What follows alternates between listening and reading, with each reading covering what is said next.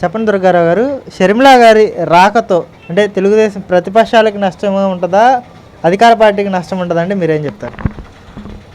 ఎప్పటికైనా కొత్త పార్టీలోకి కొత్త వాళ్ళు వస్తే ఏదైనా ఎఫెక్ట్ ఉంటుంది. అలా కాకుండా వైఎస్ కుటుంబం అంటేనే కాంగ్రెస్ కుటుంబం. ఆ కుటుంబంలో విభేదించి పార్టీ పెట్టుకున్న వ్యక్తి ఈ జగన్మోహన్ రెడ్డి గారు. ఆయన పార్టీ పెట్టి సీఎం అయ్యాడని ఆ ఎర్రవీగితో ఉండి కన్నతల్ల పార్టీనే విభజించి వచ్చిన వ్యక్తికి మళ్ళీ ఆ పార్టీ వాళ్ళు ఆ కుటుంబంలో వస్తే వాళ్ళకే ఎఫెక్ట్ ఉంటుంది. కాబట్టి ప్రతిపక్షాలకి ఎట్టి పరిస్థితుల్లో ఉండదని మా ఆలోచన. అలాగని వైఎస్ చనిపోతూ కూడా కాంగ్రెస్లో చనిపోయాడు కాబట్టి ప్రజల్లో కూడా కాంగ్రెస్ మీద సింపతి వస్తుందంటే కేవలం రేషరెడ్డి గారి నుంచి వచ్చింది, కానీ ఈ జగన్మోహన్ రెడ్డి చూసి రాలేదని మేము అనుకుంటున్నాం. ప్రధానంగా 50% సీట్లన్నీ కూడా మేము బీసీలకే ఇవ్వబోతున్నాం అని చెప్పేసి వైసీపీ ఒక సాహసోపేతమైన నిర్ణయం తీసుకుంది. 50% సీట్లు అంటే నిక్కచ్చిగా చెప్పాలంటే 88 మంది బీసీ అభ్యర్థులకి ఈసారి ఎమ్మెల్యే సీట్లు ఇవ్వనుంది అనేది ఒక ప్రచారం అయితే వినిపిస్తుంది. మరి బీసీలకి అత్యధిక ప్రాధాన్యత ఇస్తున్న పార్టీ తెలుగుదేశం పార్టీ అని చెప్పేసి మీకు సమర్థించుకుంటున్న పరిస్థితి. మరి ఇదే వైఎస్ఆర్సీపీ పార్టీ 88 మంది బీసీలకి ఎమ్మెల్యే సీట్లు ఇస్తే రేపు ఎన్నికల్లో ఎలాంటి ప్రభావం ఉండబోతుందంట? ఒక్కసారి మీరు ఆలోచించుకోండి, ప్రజలు కూడా ఆలోచించుకోండి. బీసీల కోసం పుట్టిన పార్టీ తెలుగుదేశం పార్టీ. ఆ రోజు స్వర్గీయ ఎన్టీ రామారావు గారు ఉన్న దగ్గర నుండి బీసీలకి ఎన్నుముకగా ఉన్నారని చెప్పేసి ప్రతి దాంట్లో చిన్న పదవుల్లో కూడా నామినేటెడ్ పోస్టులో కానీ స్థానిక సంస్థలో కానీ బీసీలకి ఎక్కువ ఇచ్చిన ప్రయారిటీ ఇచ్చింది మహానుభావుడు ఎన్టీ రామారావు గారు. అక్కడ నుండి చంద్రబాబు నాయుడు గారు ఇచ్చుకుంటూ వచ్చి ఇప్పుడు కూడా అదే శ్లోకంతో టీడీపీ పార్టీ వెళ్తుంది. టీడీపీ అంటేనే బీసీ, బీసీ అంటేనే టీడీపీ అనేది రాష్ట్రంలో ప్రజలందరికీ తెలుసు. ఏనేది ఇవ్వాల కళ్ళబొల్లు మాటలు, మళ్ళీ ఎలక్షన్ వస్తుంది కదా, ఇంకా 2 నెలలు 3 నెలలు ఉందని మభ్య పెడుతున్నాడు ఎవరిని, బీసీలని.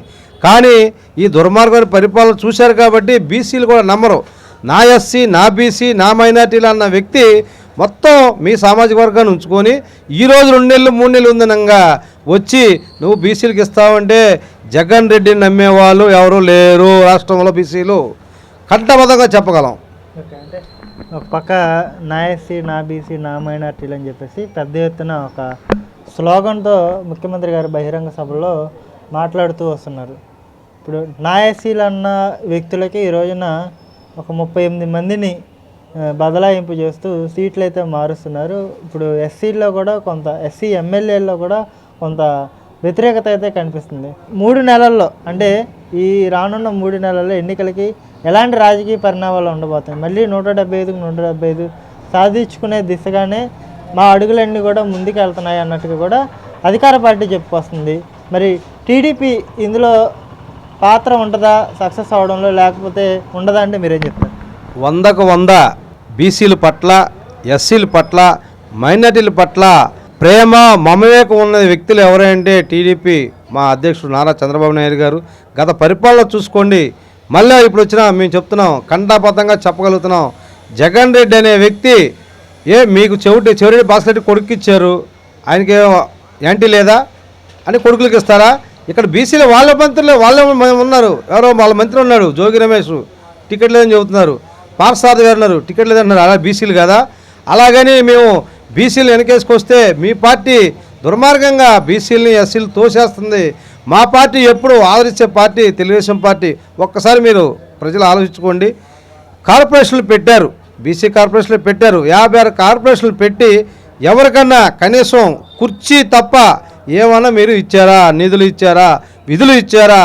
ఏమీ లేకుండా మీ సలహాదారులకి 2 లక్షల రూపాయలు పోస్టులేమో మీ సామాజిక వర్గాన్ని వేసుకొని బీసీలకి కేవలం విజిటింగ్ కార్డులకి ఒక నామినేటెడ్ పోస్టులని వేసామని చెప్పేసి 56 కార్పొరేషన్లు పెట్టామని కేవలం మోసం చేసి బీసీలని అనగదొక్కిన వ్యక్తి ప్రథమంగా చూసే రాష్ట్రంలో ఈ జగన్మోహన్ రెడ్డి గారి ప్రభుత్వాన్ని మేము ఆలోచిస్తున్నాం. అంటే మీరు ఎన్ని చెప్పినా సరే తెలుగుదేశం పార్టీ అనేది ఒక పెత్తందారీ వ్యవస్థతో కూడుకున్న పార్టీ.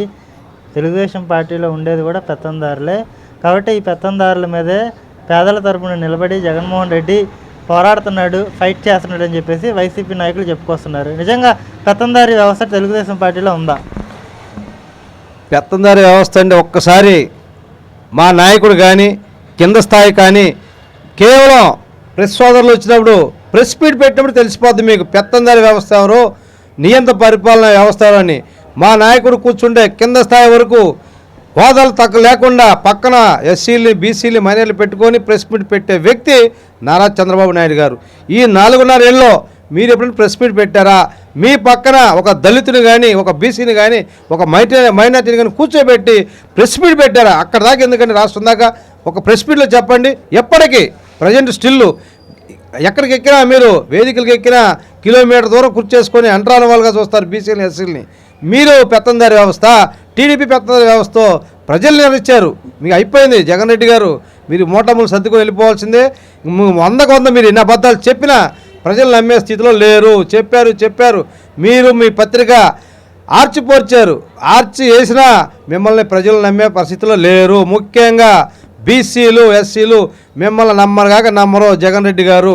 తూర్పు నియోజకవర్గంలో వంగవీటి రాధా గారు ఒకప్పుడు ఇక్కడ ఎమ్మెల్యేగా పనిచేశారు. ఇక్కడ రాణిగారి తోట ప్రజలు ఇళ్ల పట్టాల కోసం రాజశేఖర రెడ్డితో మాట్లాడి ఆయన తండ్రి ఆశయాన్ని నెరవేర్చడం కోసం ఎంతో పాటుపడిన వ్యక్తికి అయితే వంగవీటి రాధా అని మనం చెప్పుకోవచ్చు. వంగవీటి రాధా ప్రస్తుతానికి తెలుగుదేశం పార్టీలో ఉన్నప్పటికీ కూడా పార్టీ అధిష్టానం ఆయన్ని సక్రమంగా వినియోగించుకోవడం లేదనేది ఒక ప్రశ్న, లేదా ఆయనే పార్టీకి ఉపయోగపడడం లేదా అనేది కూడా ఒక ప్రశ్న. దీనికి ఒక క్లారిటీ అంటే టీడీపీ పట్టించుకోకపోవడం వల్ల ఇప్పుడు వైసీపీలోకి వెళ్ళే ఆలోచనలో కూడా ఉన్నారనేది కూడా ఒక రకమైన ప్రచారం జరుగుతుంది. దీనికి మీరేం సమాధానం చెప్తారు? వంగవీటి రాధా గారు వైసీపీలోకి వెళ్ళటం అనేది కేవలం ఇది ప్రచారం తప్ప మరొకటి కాదండి. రాణిగారి తోటలో పట్టాల విషయంలో 100కు 100 రాధాబాబు గారు కృషి ఉంది. ఆ రోజు నాడు 500 రూపాయలు ఉన్న గజానికి కట్టమని ఇస్తే అప్పుడు ప్రభుత్వంలో రాజశేఖర్ గారు ఒప్పించి కేవలం కొన్నవారికి 100 రూపాయలు, అమ్మిన వారికి 100 రూపాయలు, అసలు వచ్చిన వారికి 50 రూపాయలు చొప్పున కట్టించడం ఆయనకే చెందిద్ది. అంతేగాని ఈ ప్రచారం మారుతున్నారని చెప్పి కేవలం ఈ ఊహానగల మైండ్ గేమ్లో ఒక భాగం అని మేము అనుకుంటున్నాము. రాధాబాబు గారు ఇప్పటికే టీడీపీలో ఉన్నాను కూడా నిన్నాక ఒక 4 రోజుల క్రితం కూడా చెప్పారు. అంతేగాని ఆయన వచ్చాడా, ఆయన వస్తే రావడం కాదండి. చంద్రబాబు గారి మాటని గౌరవంతో ఉన్నారు. రేపు ఎలక్షన్కి చంద్రబాబు గారితో తిరుగుతారని మాకు అందిన సమాచారం. మేము కూడా తెలుసుకుంటాము. ఆయన రాధాబాబు పార్టీ మారడని మా నమ్మకం.